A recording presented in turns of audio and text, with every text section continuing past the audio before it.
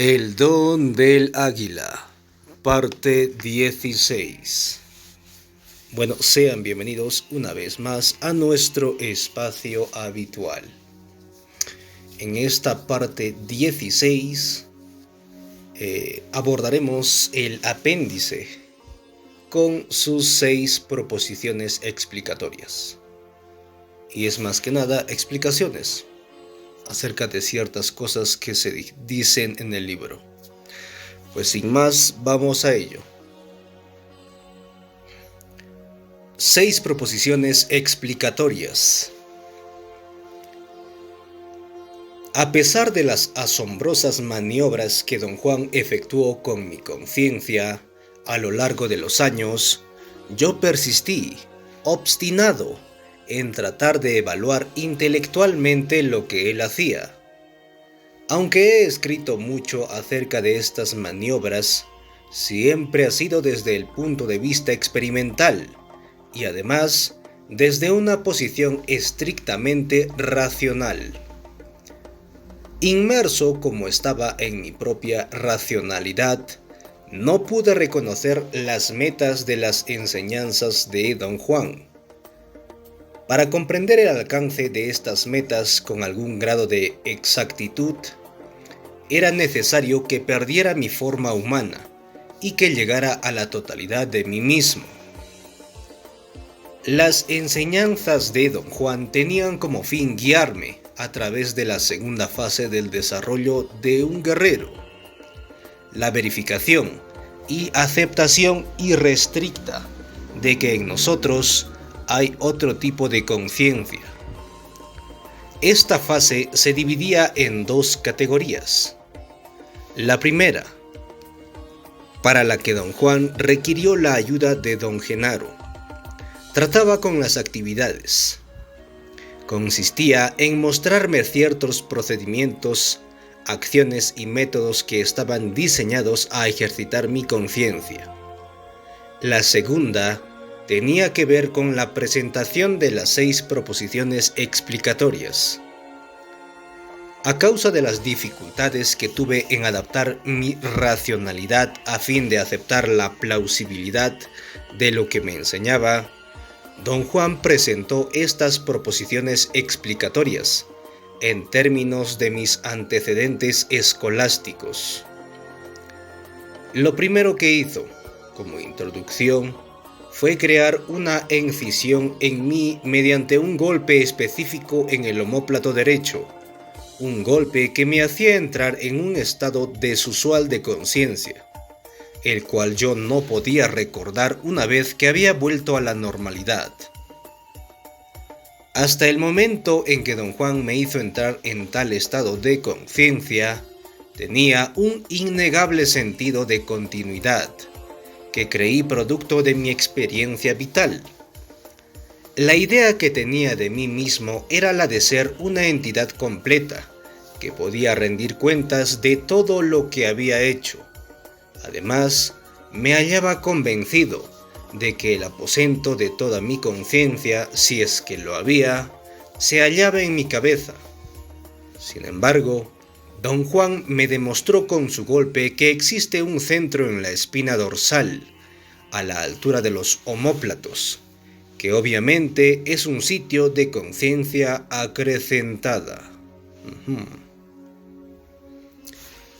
Cuando interrogué a don Juan sobre la naturaleza de ese golpe, me explicó que el nahual es un dirigente, un guía que tiene la responsabilidad de abrir el camino y que debe ser impecable para empapar a sus guerreros con un sentido de confianza y claridad. Solo bajo esas condiciones un nahual se halla en posibilidad de proporcionar un golpe en la espalda a fin de forzar un desplazamiento de conciencia, pues el poder del nahual es lo que permite llevar a cabo la transición.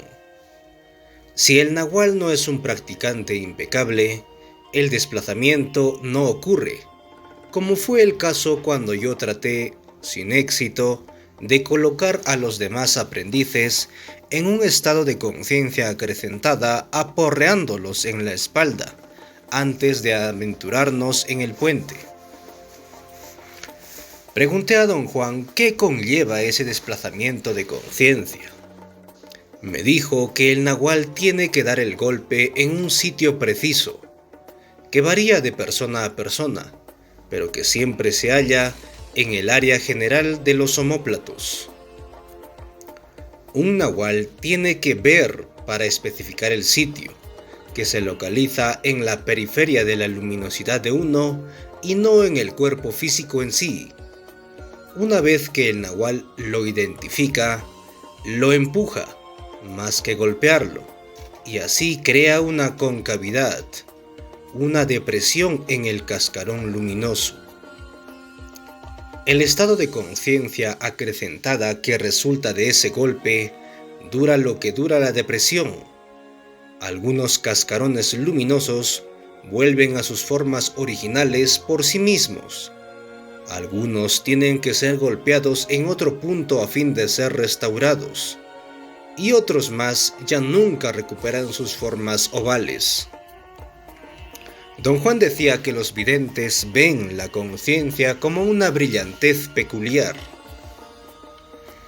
La conciencia de la vida cotidiana es un destello en el lado derecho, que se extiende del exterior del cuerpo físico hasta la periferia de nuestra luminosidad. La conciencia acrecentada es un brillo más intenso, que se asocia con gran velocidad y concentración, un fulgor que satura la periferia del lado izquierdo. Don Juan decía que los videntes explican lo que ocurre con el golpe del nahual como un desalojamiento temporal de un centro colocado en el capullo luminoso del cuerpo.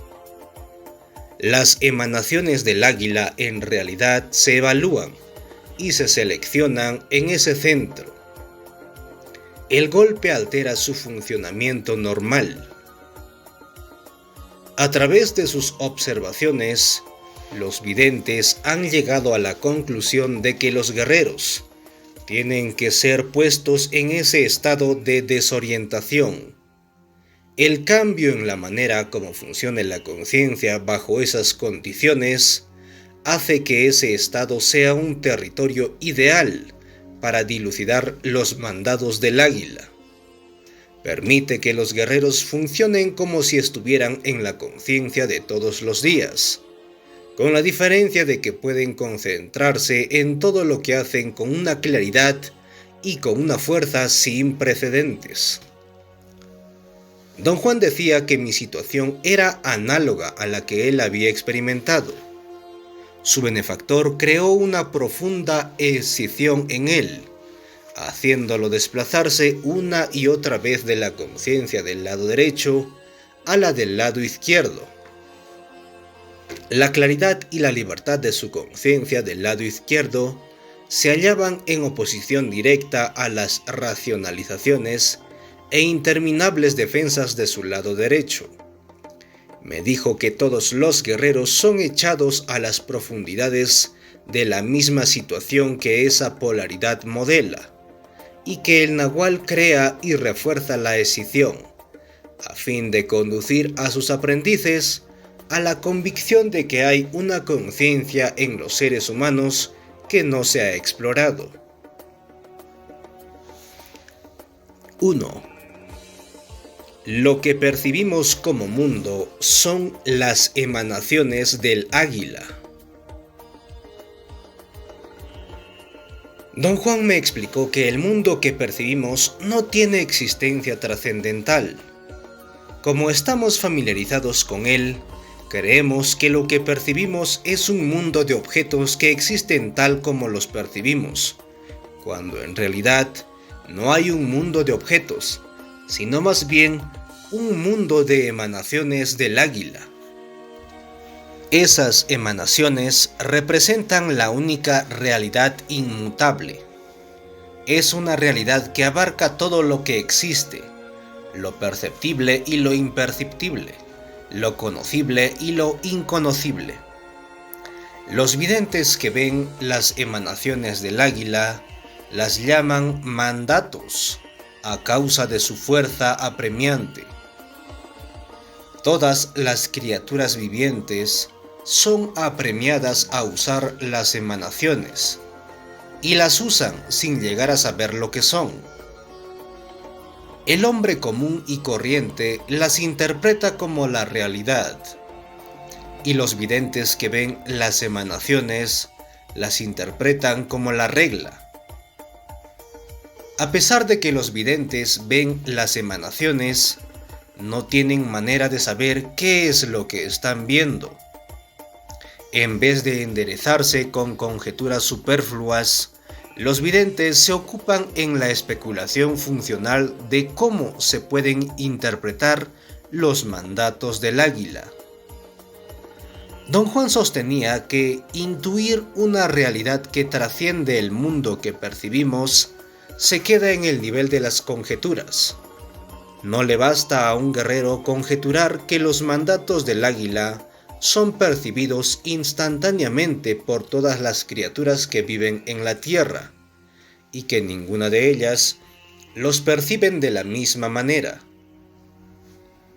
Los guerreros deben tratar de presenciar el flujo de emanaciones y ver la manera como el hombre y otros seres vivientes lo usan para construir su mundo perceptible. Cuando propuse utilizar la palabra descripción en vez de emanaciones del águila, Don Juan me aclaró que no estaba haciendo una metáfora. Dijo que la palabra descripción connota un acuerdo humano y que lo que percibimos emerge de un mandato en el que no cuentan los acuerdos humanos. 2. La atención es lo que nos hace percibir las emanaciones del águila como el acto de desnatar. Don Juan decía que la percepción es una facultad física que cultivan las criaturas vivientes.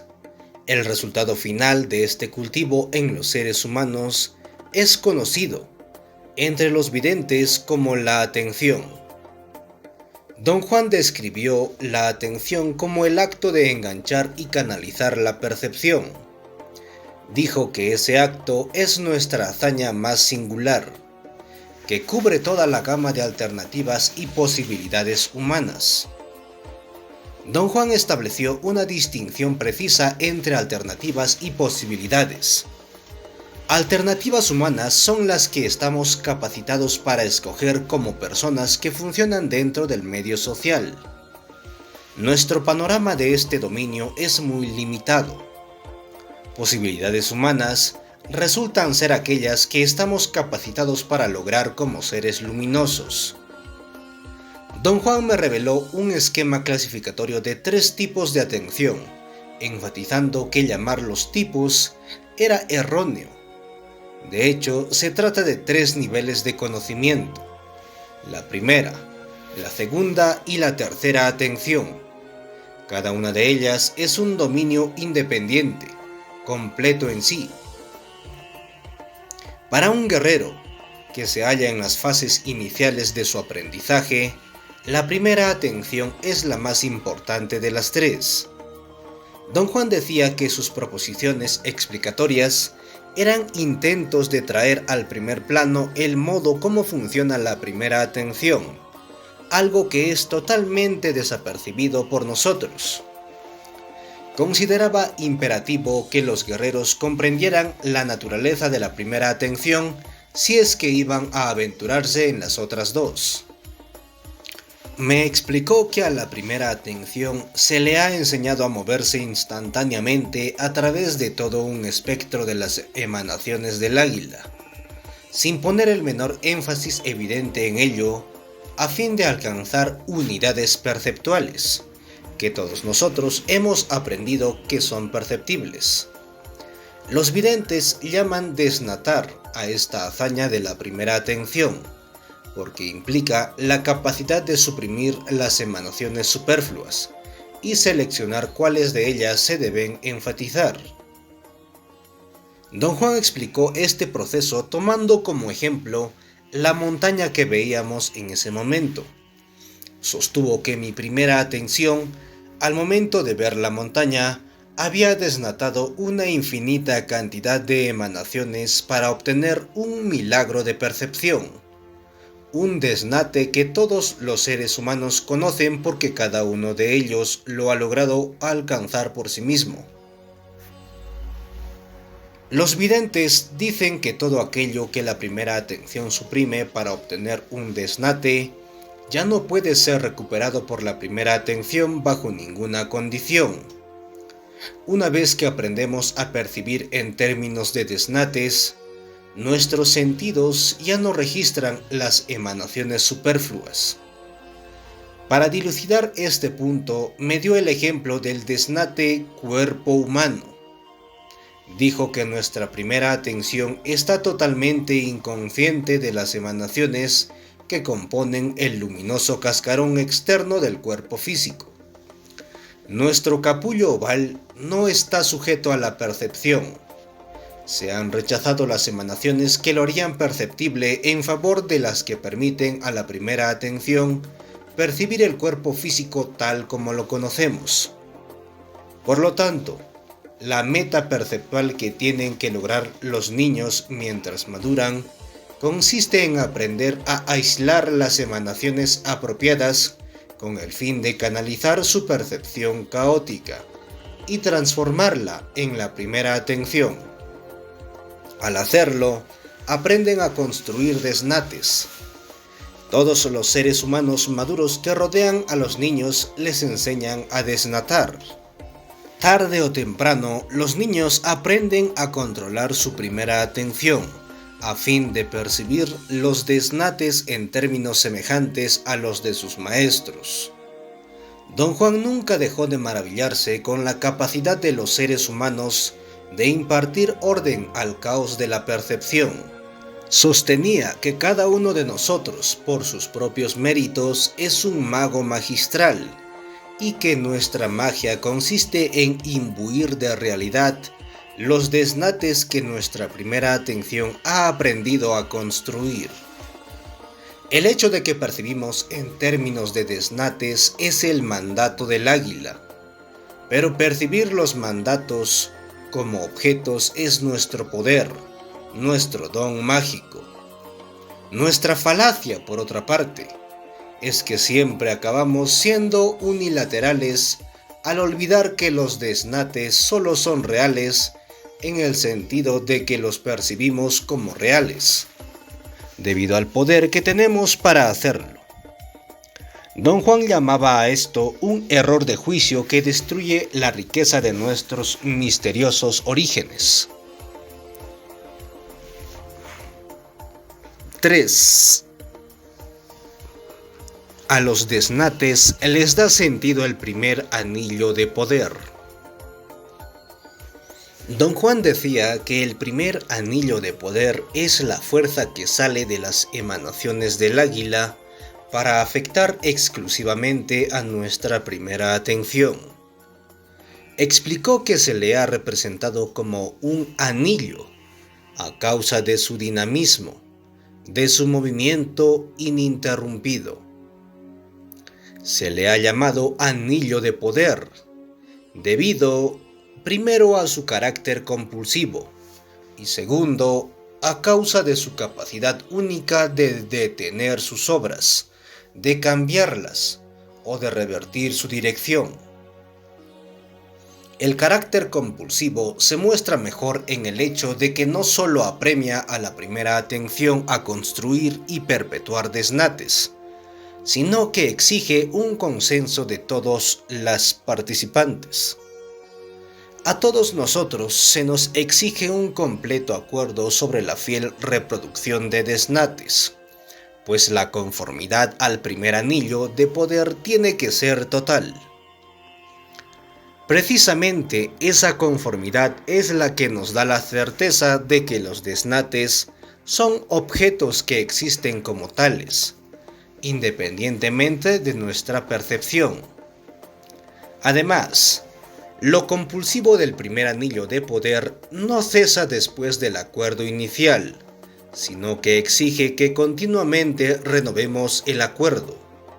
Toda la vida tenemos que operar como si, por ejemplo, cada uno de nuestros desnates fueran perceptualmente los primeros para cada ser humano, a pesar de lenguajes y de culturas.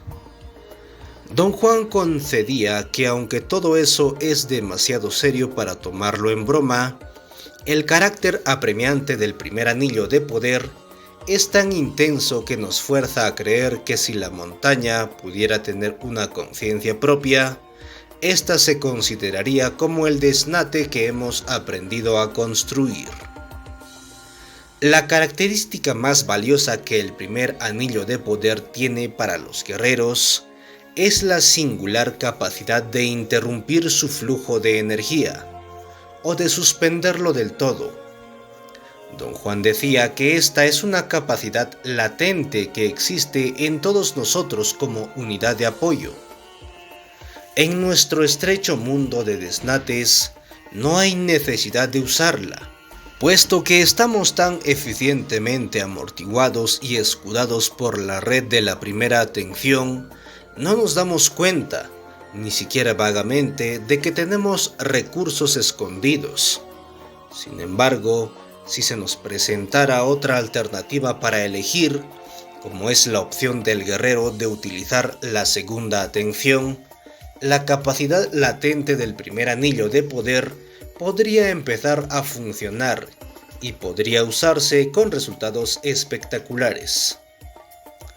Don Juan subraya que la mayor hazaña de los brujos es el proceso de activar esa capacidad latente. Él lo llamaba bloquear el intento del primer anillo de poder. Me explicó que las emanaciones del águila, que ya han sido aisladas por la primera atención para construir el mundo de todos los días, ejerce una presión inquebrantable en la primera atención. Para que esta presión detenga su actividad, el intento tiene que ser desalojado. Los videntes llaman a esto una obstrucción o una interrupción del primer anillo de poder. 4. El intento es la fuerza que mueve al primer anillo de poder. Don Juan me explicó que el intento no se refiere a tener una intención o desear una cosa u otra, sino más bien se trata de una fuerza imponderable que nos hace comportarnos de maneras que pueden describirse como intención, deseo, volición, etc. Don Juan no lo presentaba como una condición de ser, proveniente de uno mismo, tal como es un hábito producido por la socialización o una reacción biológica, sino más bien lo representaba como una fuerza privada, íntima, que poseemos y usamos individualmente como una llave que hace que el primer anillo de poder se mueva de maneras aceptables. El intento es lo que dirige a la primera atención, para que ésta se concentre en las emanaciones del águila dentro de un cierto marco. Y el intento también es lo que ordena al primer anillo de poder a obstruir o interrumpir su flujo de energía.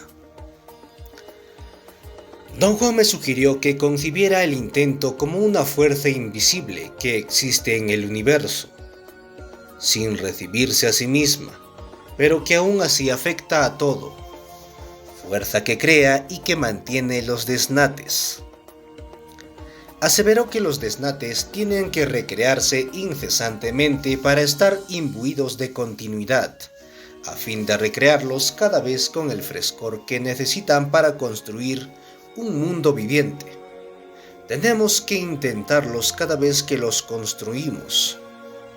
Por ejemplo, tenemos que intentar la montaña con todas sus complejidades para que el desnate se materialice completo. Don Juan decía que para un espectador que se comporta exclusivamente con base en la primera atención sin la intervención del intento, la montaña aparecería como un desnate enteramente distinto. Podría aparecer como el desnate forma geométrica o mancha amorfa de coloración. Para que el desnate montaña se complete, el espectador debe intentarlo, ya sea involuntariamente o a través de la fuerza apremiante del primer anillo de poder, o premeditadamente a través del entrenamiento del guerrero. Don Juan me señaló las 3 maneras como nos llega el intento. La más predominante es conocida por los videntes como el intento del primer anillo de poder.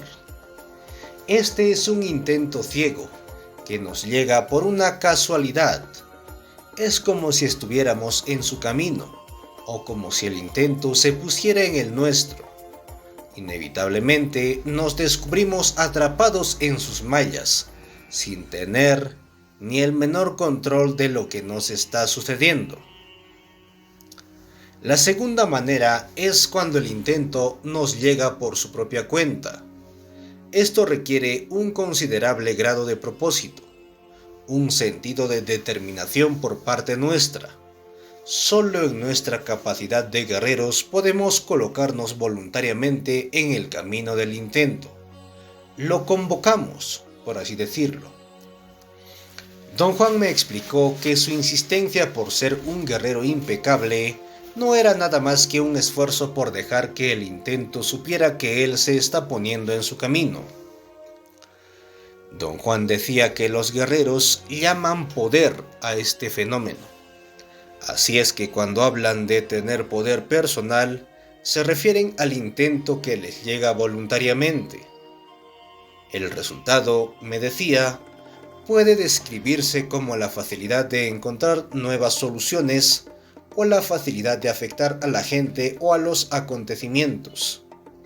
Es como si otras posibilidades desconocidas previamente por el guerrero, de súbito se volviesen aparentes. De esta manera, un guerrero impecable nunca planea nada por adelantado, pero sus actos son tan decisivos que parece como si el guerrero hubiera calculado de antemano cada faceta de su actividad. La tercera manera, como encontramos al intento, es la más rara y compleja de las 3. Ocurre cuando el intento nos permite armonizar con él. Don Juan describía este estado como el verdadero momento de poder, la culminación de los esfuerzos de toda una vida en busca de la impecabilidad.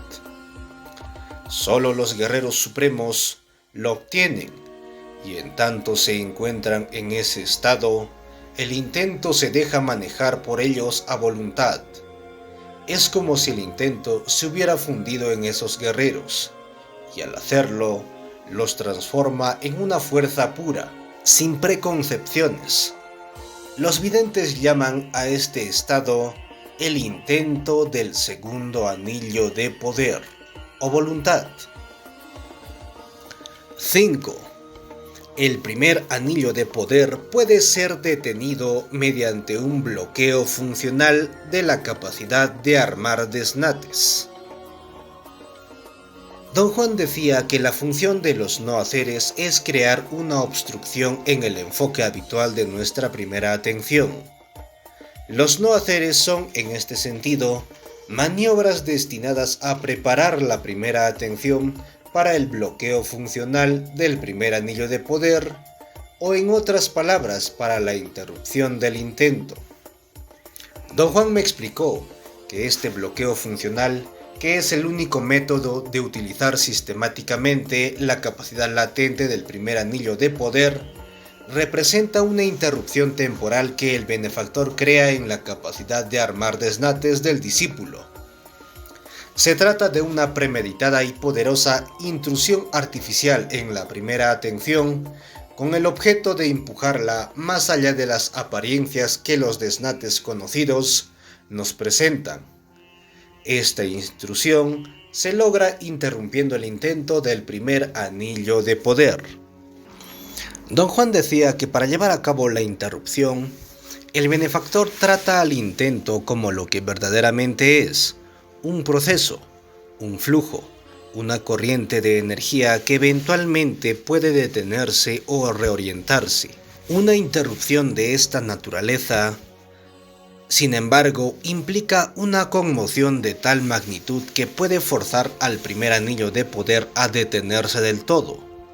Una situación imposible de concebir bajo nuestras condiciones normales de vida. Nos resulta impensable que podamos desandar los pasos que tomamos al consolidar nuestra percepción, pero es factible que bajo el impacto de esa interrupción podamos colocarnos en una posición perceptual muy similar a la de nuestros comienzos, cuando los mandatos del águila eran emanaciones que aún no imbuíamos de significado. Don Juan decía que cualquier procedimiento que el benefactor pueda cesar para crear esta interrupción tiene que estar íntimamente ligada con su poder personal. Por tanto, un benefactor no emplea ningún proceso para manejar el intento, sino que a través de su poder personal lo mueve y lo pone al alcance del aprendiz. En mi caso, Don Juan logró el bloqueo funcional del primer anillo de poder mediante un proceso complejo que combinaba 3 métodos: ingestión de plantas alucinógenas, manipulación del cuerpo y maniobrar el intento mismo. En el principio, Don Juan se apoyó fuertemente en la ingestión de plantas alucinogénicas, al parecer a causa de la persistencia de mi lado racional. El efecto fue tremendo, y sin embargo retardó la interrupción que se buscaba. El hecho de que las plantas fueran alucinogénicas le ofrecía a mi razón la justificación perfecta para congregar todos sus recursos disponibles para continuar ejerciendo el control. Yo estaba convencido de que podía explicar lógicamente cualquier cosa que experimentaba, junto con las inconcebibles hazañas que Don Juan y Don Genaro solían llevar a cabo para crear las interrupciones, como distorsiones perceptuales causadas por la ingestión de alucinogénicos. Don Juan decía que el efecto más notable de las plantas alucinogénicas era algo que cada vez que las ingería yo interpretaba como la peculiar sensación de que todo en torno a mí exudaba una sorprendente riqueza. Había colores, formas, detalles que nunca antes había presenciado. Don Juan utilizó este incremento de mi habilidad para percibir y mediante una serie de órdenes y comentarios me forzaba a entrar en un estado de agitación nerviosa. Después manipulaba mi cuerpo y me hacía cambiar de un lado al otro de la conciencia, hasta que había creado visiones fantasmagóricas o escenas completamente reales con criaturas tridimensionales que era imposible que existieran en este mundo. Don Juan me explicó que una vez que se rompe la relación directa entre el intento y los desnates que estamos construyendo, esta ya nunca se puede restituir. A partir de ese momento, adquirimos la habilidad de atrapar una corriente de lo que él conocía como intento fantasma, o el intento de los desnates que no están presentes en el momento o en el lugar de la interrupción. Eso es, un intento que queda a nuestra disposición a través de algún aspecto de la memoria. Don Juan sostenía que con la interrupción del intento del primer anillo de poder, nos volvemos receptivos y maleables. Un nahual puede entonces introducir el intento del segundo anillo de poder.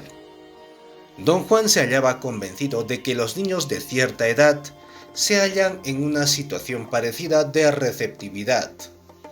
Al estar privados del intento, quedan listos para que se les imprima cualquier intento accesible a los maestros que los rodean.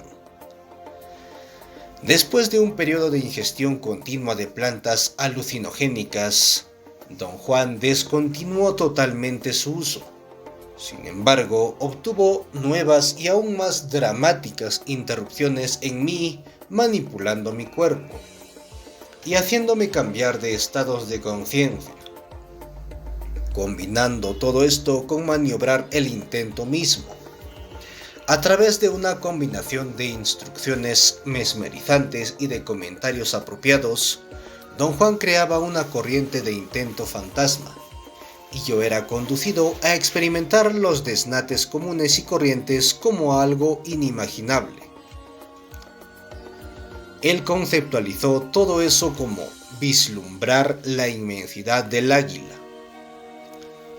Don Juan me guió magistralmente a través de incontables interrupciones del intento, hasta que se convenció como vidente que mi cuerpo mostraba el efecto del bloqueo funcional del primer anillo de poder.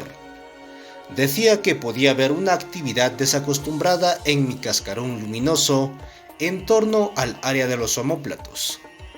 La describió como un hoyuelo que se había formado exactamente como si la luminosidad fuese una capa muscular contraída por un nervio. Para mí, el efecto del bloqueo funcional del primer anillo de poder fue que logró borrar la certeza que toda mi vida había tenido de que era real, lo que reportaban mis sentidos. Calladamente entré en un estado de silencio interior. Don Juan decía que lo que le da a los guerreros esa extrema incertidumbre que su benefactor experimentó a fines de su vida, esa resignación al fracaso que él mismo se hallaba viviendo, es el hecho de que un vislumbre de la inmensidad del águila nos deja sin esperanzas. La esperanza es resultado de nuestra familiaridad con los desnates y de la idea de que los controlamos. En tales momentos, solo la vida de guerrero nos puede ayudar a preservar en nuestros esfuerzos por descubrir lo que el águila nos ha ocultado, pero sin esperanzas de que podamos llegar a comprender alguna vez lo que descubrimos. 6. La segunda atención. Don Juan me explicó que el examen de la segunda atención debe de comenzar con darse cuenta de que la fuerza del primer anillo de poder que nos encajona es un lindero físico concreto. Los videntes lo han descrito como una pared de niebla, una barrera que puede ser llevada sistemáticamente a nuestra conciencia por medio del bloqueo del primer anillo de poder, y luego puede ser perforada por medio del entrenamiento del guerrero. Al perforar la pared de niebla, uno entra en un vasto estado intermedio. La tarea de los guerreros consiste en atravesarlo hasta llegar a la siguiente línea divisora, que se deberá perforar a fin de entrar en lo que propiamente es el otro yo, o la segunda atención. Don Juan decía que las dos líneas divisorias son perfectamente discernibles. Cuando los guerreros perforan la pared de niebla, sienten que se retuercen sus cuerpos, o sienten un intenso temblor en la cavidad de sus cuerpos, por lo general a la derecha del estómago o a través de la parte media, de derecha a izquierda. Cuando los guerreros perforan la segunda línea, sienten un agudo crujido en la parte superior del cuerpo, algo como el sonido de una pequeña rama seca que es partida en dos. Las dos líneas que encajonan a las dos atenciones y que las sellan individualmente son conocidas por los videntes como las líneas paralelas. Estas sellan las dos atenciones mediante el hecho de que se extienden hasta el infinito, sin permitir jamás cruzarse a no ser que se les perfore. Entre las dos líneas existe un área de conciencia específica, que los videntes llaman limbo, o el mundo que se halla entre las líneas paralelas. Se trata de un espacio real entre dos enormes órdenes de emanaciones del águila, emanaciones que se hallan dentro de las posibilidades humanas de conciencia. Uno es el nivel que crea el yo de la vida de todos los días, y el otro es el nivel que crea el otro yo. Como el limbo es una zona transicional, Allí los dos campos de emanaciones se extienden el uno sobre el otro.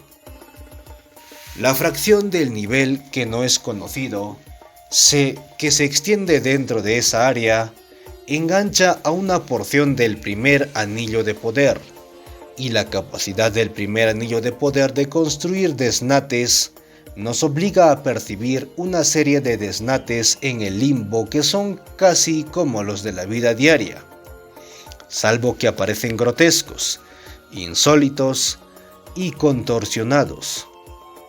De esa manera, el limbo tiene rasgos específicos que no cambian arbitrariamente cada vez que uno entra en él. Hay en él rasgos físicos que semejan los desnates de la vida cotidiana. Don Juan sostenía que la sensación de pesadez que se experimenta en el limbo se debe a la carga creciente que se ha colocado en la primera atención, en el área que se halla justamente tras de la pared de niebla. Aún podemos comportarnos como lo hacemos normalmente. Es como si nos encontráramos en un mundo grotesco, pero reconocible.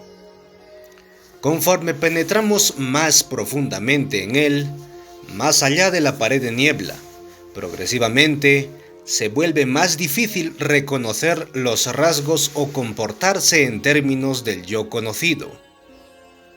Me explicó que era posible hacer que en vez de la pared de niebla apareciese cualquier otra cosa, pero que los videntes han optado por acentuar lo que consume menor energía. Visualizar ese lindero como una pared de niebla no cuesta ningún esfuerzo. Lo que existe más allá de la segunda línea divisora es conocido por los videntes como la segunda atención o el otro yo, o el mundo paralelo, y el acto de traspasar los dos linderos es conocido como cruzar las líneas paralelas. Don Juan pensaba que yo podía asimilar este concepto más firmemente si me describía cada dominio de la conciencia como una predisposición perceptual específica. Me dijo que en el territorio de la conciencia de la vida cotidiana nos hallamos inescapablemente enredados en la predisposición perceptual de la primera atención. A partir del momento en que el primer anillo de poder empieza a construir desnates, la manera de construirlos se convierte en nuestra predisposición perceptual normal. Romper la fuerza unificadora de la predisposición perceptual de la primera atención implica romper la primera línea divisoria. La predisposición perceptual normal pasa entonces al área intermedia, que se halla entre las líneas paralelas. Uno continúa construyendo desnates casi normales durante un tiempo, pero conforme se aproxima uno a lo que los videntes llaman la segunda línea divisoria, la predisposición perceptual de la primera atención empieza a ceder, pierde fuerza. Don Juan decía que esta transición está marcada por una repentina incapacidad de recordar o de comprender lo que se está haciendo. Cuando se alcanza la segunda línea divisoria, la segunda atención empieza a actuar sobre los guerreros que llevan a cabo el viaje. Si estos son inexpertos, su conciencia se vacía, queda en blanco. Don Juan sostenía que esto ocurre porque se están aproximando a un espectro de las emanaciones del águila que aún no tienen la predisposición perceptual sistematizada. Mis experiencias con la gorda y la mujer nahual más allá de la pared de niebla era un ejemplo de esa incapacidad. Viajé hasta el otro yo, pero no pude dar cuenta de lo que había hecho por la simple razón de que mi segunda atención se hallaba aún informulada y no me daba la oportunidad de organizar todo lo que había percibido. Don Juan me explicó que uno empieza a activar el segundo anillo de poder forzando a la segunda atención a despertar de su estupor. El bloqueo funcional del primer anillo de poder logra esto. Después, la tarea del maestro consiste en recrear la condición que dio principio al primer anillo de poder, la conclusión de estar saturado de intento. El primer anillo de poder es puesto en movimiento por la fuerza del intento dado por quienes enseñan a desnatar. Como maestro mío, él me estaba dando, entonces, un nuevo intento, que crearía un nuevo medio perceptual. Don Juan decía que toma toda una vida de disciplina incesante, que los videntes llaman intento inquebrantable, preparar al segundo anillo de poder para que pueda construir desnates del otro nivel de las emanaciones del águila.